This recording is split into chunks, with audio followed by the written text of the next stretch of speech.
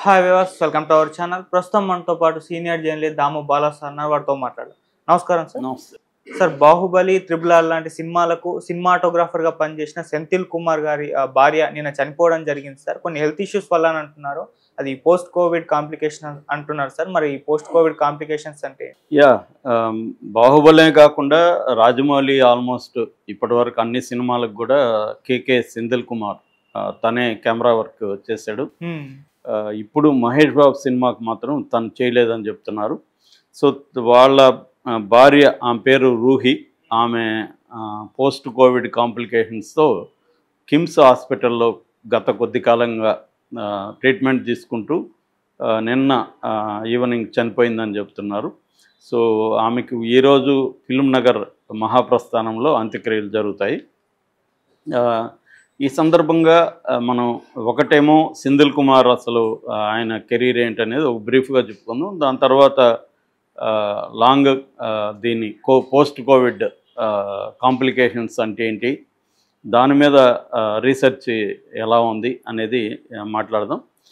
సెంథిల్ కుమార్ యాక్చువల్గా వాళ్ళది Bollaram, Secunderabad, Tamil family, but settled in Secunderabad. అప్పట్లో బ్రిటిష్ కాలంలో తమిళియన్స్ని అనేక పనులలో తీసుకురావడానికి బ్రిటిష్ గవర్నమెంటు బెంగళూరుకి కానీ ఇక్కడికి కానీ తీసుకొచ్చింది. అందుకనే వాళ్ళు ఎక్కువ తమిళియన్స్ కంటోన్మెంట్ ఏరియాస్లో ఎక్కువ ఉంటారు. అంటే బ్రిటిష్ వాళ్ళు ఎక్కడ ఉన్నారో ఆ ఏరియాస్లో తమిళియన్స్ ఎక్కువ ఉంటారు. బెంగళూరులో కూడా కంటోన్మెంట్ ఏరియాస్లో తమిళియన్స్ ఎక్కువ, శివాజీనగర్ కంటోన్మెంట్ ఏరియా, ఆ ఏరియాలో తమిళియన్స్ ఎక్కువ ఉంటారు. ఇక్కడ కూడా మనకు సికింద్రాబాదు, పద్మారావు నగరు, ఈ చుట్టుపక్కల తమిళన్స్ ఎక్కువ ఉంటారు. ఈ అబ్బాయి కూడా అలాగా బొల్లారంలో పుట్టాడు. వీళ్ళ నాన్న కృష్ణమూర్తి, ఇతనికి ముగ్గురు అన్నదమ్ములు. డిగ్రీ చేసిన తర్వాత ఇతనికి ఎవరో సలహా ఇచ్చారు, కెమెరా ఇంట్రెస్ట్ అవన్నీ ఉంది కాబట్టి పూణే ఫిల్మ్ ఇన్స్టిట్యూట్లో సినిమాటోగ్రఫర్గా జాయిన్ అవ్వమని ఇతను ఎగ్జామ్ రాసి పూణే ఫిల్మ్ ఇన్స్టిట్యూట్లో film and television institute of technology దాని మీద ఇతను వెళ్ళి అక్కడ సినిమాటోగ్రఫీ చదువుకొని వచ్చాడు. వచ్చిన తర్వాత ఫస్ట్ ఇతను అమృతం సీరియల్లో కొన్ని ఎపిసోడ్లకి కెమెరామెన్గా పనిచేశాడు. అప్పుడు దాని డైరెక్టర్ ఏలేటి చంద్రశేఖర్ ఇతని పనితనాన్ని చూసి తను తీయబోయే మొదటి సినిమా అయితేకి అతను కెమెరామెన్ పెట్టుకున్నాడు. అయితే పెద్ద హిట్ వచ్చింది, కెమెరాకి కూడా మంచి పేరు వచ్చింది, ఒక ఫ్రెష్ రియలిస్టిక్ లుక్ ఉందని. దాని తర్వాత 6 నెలల పాటు గ్యాప్ ఉన్నింది. దాంతో రాజమౌళి సై సినిమాకి తను పిలిచాడు. అలాగా రాజమౌళితో సై సినిమా నుంచి ఇతను ఆ తర్వాత ఛత్రపతి ఇలాంటివి చేశాడు. అరుంధతికి కూడా ఇతనే చేశాడు. తర్వాత ఈగ, Yamadonga, Magadheera, Baahubali 1 and 2, triple R ఇక్కడ వరకు రాజమౌళితోనే ట్రావెల్ చేశాడు. రాజమౌళికి బయట ఇతను చేసిన సినిమాలు లెక్క పెట్టచ్చు. అంతకుముందు ఇతను శరత్ అనే ఒక కెమెరామ్యాన్ దగ్గర పనిచేసాడు కొంతకాలం, ఒక 2-3 సినిమాలకి పనిచేశాడు. పనిచేసిన తర్వాత అమృతం తర్వాత అయితే సై, ఇలాగా అతని జర్నీ ఉంటుంది. ఓకే. సో ఇతనికి ఇంకా అవార్డులకు సంబంధించి 3 ఫిల్మ్ఫేర్ అవార్డులు వచ్చాయి, 2 నంది అవార్డులు వచ్చాయి, 2 సినిమా అవార్డ్స్ వచ్చాయి. Philadelphia film critics circle award కూడా త్రిబుల్ ఆర్కి ఇతనికి వచ్చిందన్నమాట. ఆ రకంగా ఇతను ఒక బ్రహ్మాండమైన కెమెరామెన్గా ప్రపంచానికి పరిచయం అయ్యాడు. తెలుగు నుంచి తమిళోడు అయినప్పటికీ తెలుగులో సెటిల్ అయ్యాడు కాబట్టి తెలుగోడుగానే మనం పరిగణించవచ్చు. సో ఈ కాంటెక్స్లో ఈ రూహి ఎవరంటే ఆమె ఒక యోగా టీచరు. మన భరత్ ఠాకూర్ అని ఉన్నారు కదా, భూమిక వాళ్ళ హస్బెండ్, ఆయన యోగా క్లాసెస్ చెప్తుంటారు. మన అనుష్క కూడా ఆయన శిష్యురాలే. సో అలాగా ఈమె కూడా భరత్ ఠాకూర్ టీము, అనుష్క దగ్గర కూడా ఈమె పనిచేసింది. ఇక్కడ భరత్ ఠాకూర్ యోగా క్లాసెస్ తెలంగాణ డివిజన్కి ఈమె ఇన్ఛార్జిగా పెట్టారు. ఈమె ఇక్కడ క్లాసెస్ చెప్పేది. అలాగా మగధీర టైంలో ఈ రూహి పరిచయం అయింది ఇతనికి. పరిచయం తర్వాత వాళ్ళిద్దరూ ప్రేమించుకున్నారు, ఇంట్లో చెప్పి పెళ్లి చేసుకున్నారు. వాళ్ళకి 2 పిల్లలు, ర్యాన్ కార్తికేయన్ అండ్ ధ్రువ, 2 అబ్బాయిలు. సో ఈ కాంటెక్స్లో ఈమె కోవిడ్ టైంలో సివియర్గా ఆమె కోవిడ్ ఎఫెక్ట్ అయింది. దాని తర్వాత వ్యాక్సిన్ కూడా తీసుకుందని చెప్తున్నారు. కానీ పోస్ట్ కోవిడ్ కాంప్లెక్సెస్ అనేవి బాగా పెరిగింది, కాంప్లికేషన్స్. అయితే పోస్ట్ కోవిడ్ కాంప్లికేషన్స్ అంటే ఏంటి అనేది చూసుకున్నప్పుడు ఇంటర్నేషనల్ మెడికల్ అసోసియేషన్స్ ప్రధానంగా చెప్పేదంటే దీన్ని లాంగ్ కోవిడ్ అని కూడా పిలుస్తున్నారు. అంటే ఒకసారి కోవిడ్ వచ్చి కంప్లీట్గా రికవరీ అవ్వరు వాళ్ళు, అది కంటిన్యూ అవుతుంటాయి ఆ సిమ్టమ్స్, అది రికరింగ్ వస్తూ ఉంటుంది అనమాట. సో దీనికి ప్రత్యేకంగా కారణాలు ఏంటి, దీని లక్షణాలు ఏంటి, ఇది ఎంతకాలం ఉంటుంది, దీన్ని ప్రివెంట్ చేయాలంటే ఏం చేయాలనేది అక్యురేట్ ఇన్ఫర్మేషన్ ఇప్పటి వరకు లేదు. ఇంకా still research is going on. రెండోది, దీని అఫెక్ట్ అయిన వాళ్ళ సంఖ్య ఎంత అనేది కూడా అక్యురేట్గా ఎవరు చెప్పలేకపోతున్నారు.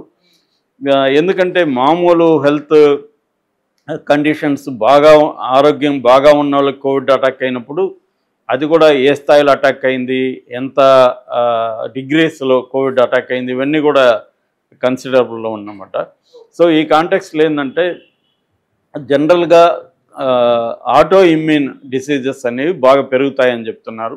ఆటో ఇమ్యూన్ అంటే మన ఇమ్యూన్ సిస్టమే మన మీద దాడి చేస్తుంది. ఇమ్యూన్ సిస్టమ్ మామూలుగా అయితే మనల్ని ప్రొటెక్ట్ చేయాలి, అదే ఒక్కొక్కసారి చేస్తుంది. మామూలుగా ఇప్పుడు వ్యాక్సిన్ అంటే కూడా ఏంటి, కోవిడ్కి ఆ వైరస్ని మైల్డ్ ఫామ్లో మనకి ఎక్కిస్తారనమాట.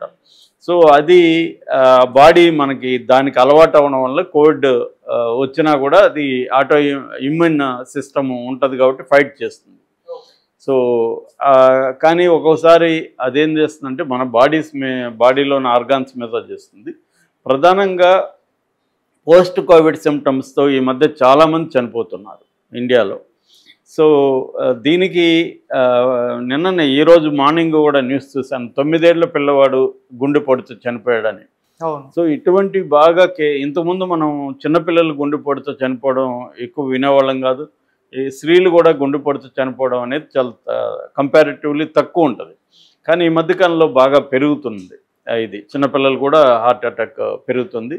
అట్లాగే ఈ కోవిడ్ వచ్చి అఫెక్ట్ అయిన తర్వాత ఈ పోస్ట్ కోవిడ్ కాంప్లికేషన్స్ అని బాగా పెరుగుతున్నాయి. ముఖ్యంగా బ్లడ్ క్లాట్ అవ్వడం, లంగ్స్ మీద ఊపిరితిత్తుల మీద అది బాగా ప్రభావితం చూపడం, తర్వాత ఒక్కోసారి హార్ట్ ఇష్యూస్ కూడా దారితీయడం, హార్ట్ హెల్త్ ప్రాబ్లమ్స్. అప్పటి వరకు డయాబెటీస్ బీపీ లేని వాళ్ళకి కూడా డయాబెటీస్ బీపీ రావడం, ఇటువంటివన్నీ కూడా ఈ పోస్ట్ కోవిడ్ కాంప్లికేషన్స్లో ఉంటున్నాయి. ఇవన్నీ కూడా ఎక్కడికి దారితీస్తాయంటే మల్టీ ఆర్గాన్ ఫెయిల్యూర్కి దారితీస్తాయి. ఇప్పుడు సెంధిల్ వాళ్ళ వైఫ్ కూడా, రూహీ కూడా మల్టీ ఆర్గాన్ ఫెయిల్యూర్తోనే చనిపోయిందని చెప్తున్నారు. ఎప్పుడైనా ఒక ఆర్గానో 2 ఆర్గాన్లో ఏదైనా అయితే దానికి ట్రీట్ చేయడానికి కొంతవరకు వెసులుబాటు ఉంటుంది. ఎక్కువ మంది మల్టీ ఆర్గాన్ ఫెయిల్యూర్తోనే చనిపోతున్నారు. మల్టీ ఆర్గాన్ ఫెయిల్యూర్ని కరెక్ట్ చేయడం, దాన్ని క్యూర్ చేయడం అనేది వెరీ వెరీ ఛాలెంజింగ్గా ఉంది. సో ఈ రకంగా WHO కూడా దీని మీద హెచ్చరించింది. కోవిడ్ వచ్చిన తర్వాత కరెక్ట్గా 2 సార్లు మినిమం వ్యాక్సిన్ తీసుకోవాలి అనేది WHO చెబుతుంది. అట్లాగే ఇమ్యూన్ సిస్టమ్ని పెంచుకోవాలి. చిన్న సిమ్టమ్స్ ఉన్నా కూడా దాని మీద ఇమ్మీడియట్గా రియాక్ట్ అవ్వాలి, జాగ్రత్తలు తీసుకోవాలి. ఆల్రెడీ కోమార్బిడిటీస్ అంటారు, అంటే ఆల్రెడీ డయాబెటీస్ కానీ బీపీ కానీ ఇలాంటి జబ్బులు ఉన్న వాళ్ళకి కోవిడ్ అటాక్ అయినప్పుడు వాళ్ళు ఇంకా ఎక్స్ట్రా జాగ్రత్తలు తీసుకోవాలి. సో అంటే రెగ్యులర్గా టెస్టులు చేసుకోవడం, బాడీకి సంబంధించి మొత్తంగా చూసుకోవడం, అట్లాగే లైఫ్ స్టైల్ మార్చుకోవడం, అంటే ఇమ్యూనిటీ బూస్ట్ చేసే ఫుడ్స్ని తీసుకోవడం, ప్రాపర్ ఎక్సర్సైజ్, ఫిజికల్ ఎక్సర్సైజ్ అవి చేయడం, ఇవన్నీ చేసుకుంటూ రావాలి. వాళ్ళు ఎక్స్ట్రా కేర్ తీసుకోవాలి. అది చేయనప్పుడు ఈ ప్రాబ్లమ్స్ వస్తాయి. రెండోది, బ్లడ్ క్లాట్ ఎక్కువ అవుతూ ఉందని చెప్తున్నారు. అందువల్ల కూడా హార్ట్ ప్రాబ్లమ్స్ రావడం, స్ట్రోక్ ఎక్కువ రావడం ఇవి జరుగుతున్నాయి. సో ఈ బ్లడ్ క్లాట్ అట్లాంటిది ఏమన్నా అయ్యే ఛాన్సులు ఉన్నప్పుడు దానికి ప్రివెంటివ్ మెడిసిన్ తీసుకోవడం, ఇవన్నీ కూడా చేయమని రికమెండ్ చేస్తున్నారు.